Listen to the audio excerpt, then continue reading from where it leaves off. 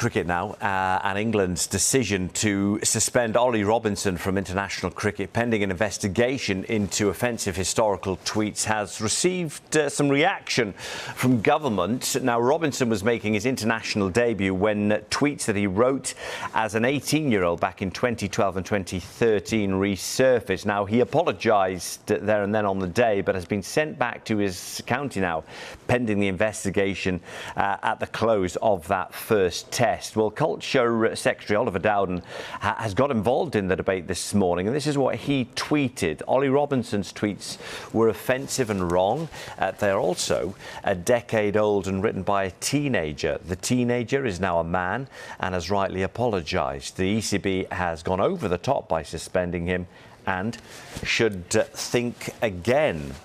Well, James Cole joins me now for more on this. I mean, it's, we know, rare, James, for the government to weigh in so soon as well on this type of issue. So what's the reaction from the ECB been? No reaction from the ECB. They're going to hold their counsel on this one, not least, I would imagine, because they don't want to risk prejudicing any investigation which takes place.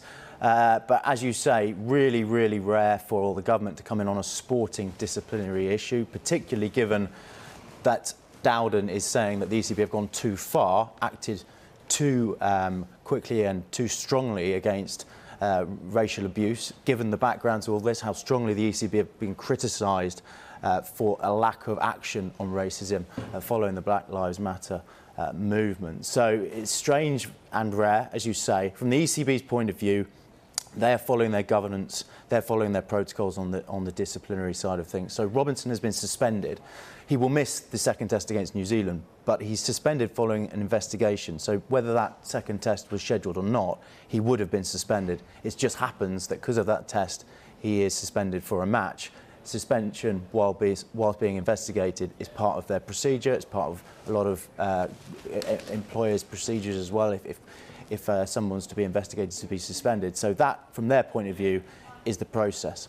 So what are the next steps then for Robinson's case? Well, the good news is they tend to act quite promptly on this. He's being investigated by the ECB's integrity team. In terms of a timescale, I understand it will take between 7 and 10 days to complete that investigation. In terms of a sanction, well, he's accused of bringing the game into disrepute, so that carries a fine or a ban, but obviously there will be mitigating circumstances, no doubt. They'll have to take into account the fact that this was 10 years ago, and he has since apologised and he has since been through educational programmes in terms of his attitude towards these issues. The other interesting thing about this is that the ECB weren't aware of these tweets when it came out during that first test. They don't do background checks on players in terms of what they've tweeted historically. They don't feel that's part of their remit necessarily. They focus on the education, but they will now consider whether they change that stance moving forward in light of this incident. OK, James, thanks very much for now.